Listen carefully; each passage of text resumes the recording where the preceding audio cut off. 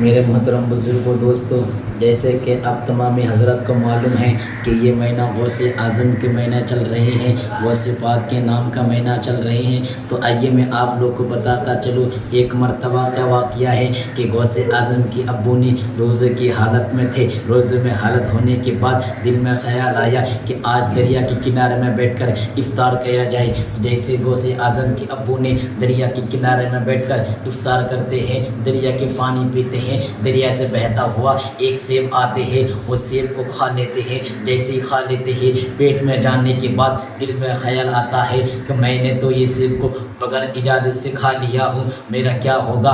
تو غوث اعظم کے ابو نے دریا کے کنارے چلتے وہ باغیچے کے پاس پہنچ جاتے ہیں۔ وہاں کی سپاہی سے کہنے لگتے ہیں، باغیچے کے مالک کون ہیں؟ ان سے جا کے بولو، ان سے ہم کو ملاقات کرنا ہے، ان سے ہم سے ملنا ہے۔ تو سپاہی نے کہنے لگا، اس مالک نے کبھی کسی سے ملتا نہیں ہے، تو باقی تمہارا بات کیا ہے، معاملہ کیا ہے، وجہ کیا ہے؟ غوث اعظم کے ابو نے کہنے لگے، میرے معاملہ یہی ہے کہ تمہارے ایک باغیچے کے سیب ایک بہتا ہوا سمندر سے بہتا ہوا آ گیا، میں نے اس کو اٹھا کے کھا لیا، اس کا معافی مانگنے کے لیے میں آیا ہوں۔ تو غوث اعظم کے ابو نے، غوث اعظم کی نانا نے یہ بات جیسے سنی، ایک شخص آیا ہے سیب کی معافی مانگنے کے لیے، غوث اعظم کی نانا نے مسکرانے کے بعد جیسے کہ برسوں سال تک اس کا انتظار تھا کہ میرے پاس کوئی ایسا شخص آئے جس کو میں اپنی بیٹی کو ان کے ساتھ شادی کرا دوں۔ تو غوث اعظم کے نانا نے خوش ہونے لگا۔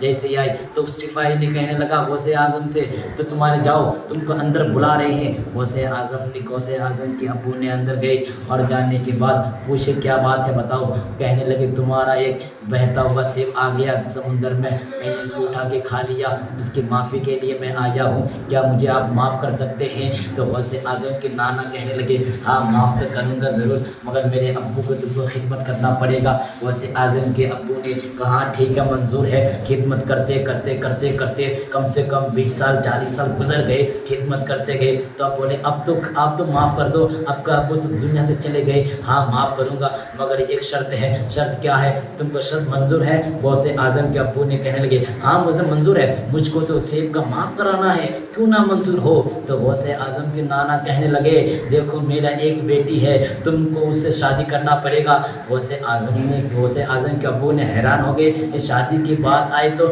کم سے کم 2-4 آدمی آتے ہیں تب شادی کی بات ہوتے ہیں، ہم اکیلے کیسے شادی کی بات کر لیں؟ کہ تم کو سیب معاف کرانے کی نہیں ہے، تم نے سیب بغیر اجازت کھائے ہو، ان کی معاف کرانا ہے کہ نہیں ہے؟ غوث اعظم کے ابو نے کہنے لگے، ہاں مجھے تو معاف کرانا ہے۔ تو غوث اعظم کے ابو نے بولے، ہاں ٹھیک ہے، شادی کے لیے میں تیار ہوں، بتاؤ غوث لڑکی کیسی ہے؟ غوث اعظم کی نانا بولنے لگتی ہے، آنکھوں سے اندھی ہے، منہ سے گنگی ہے، منہ سے گونگا ہے، کانوں سے بہری ہے، پیروں سے لاچار ہے، دیکھ نہیں پاتے ہیں۔ تو غوث اعظم ابو نے کہنے لگے، ہاں ٹھیک ہے، منظور ہے، شادی کر لوں گا۔ تو نکاح پڑھایا گیا۔ جیسے نکاح پڑھایا، غوث اعظم کے ابو نے بھیجا، جاؤ اس کمرے میں تمہارے بیوی ہے۔ غوث اعظم کے ابو نے گئے، دیکھا، جیسی دروازے میں دستک دیے، دروازے سے باہر اندر سے آواز آئی، رکو ابھی کھولتی ہو۔ جیسے دروازہ کھولے، غوث اعظم کے ابو نے دیکھے تو یہ اتنا خوبصورت حسین چہرہ والے، نورانی چہرہ والے، تو میرا بیوی تو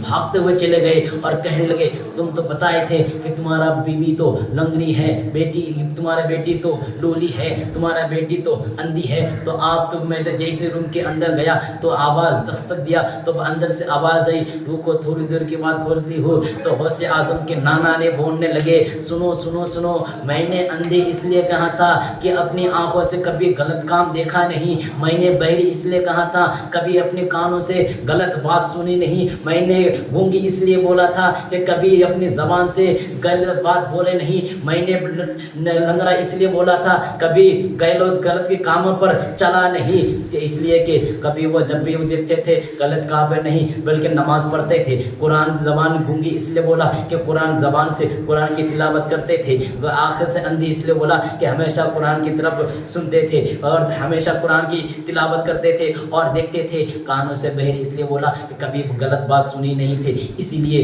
تو غوث اعظم دیکھیے، جب باپ ایسا ہو، جو ماں ایسی ہو، تو غوث اعظم کیسے ہونے سکتے ہیں؟ میرے محترم بزرگوں دوستوں،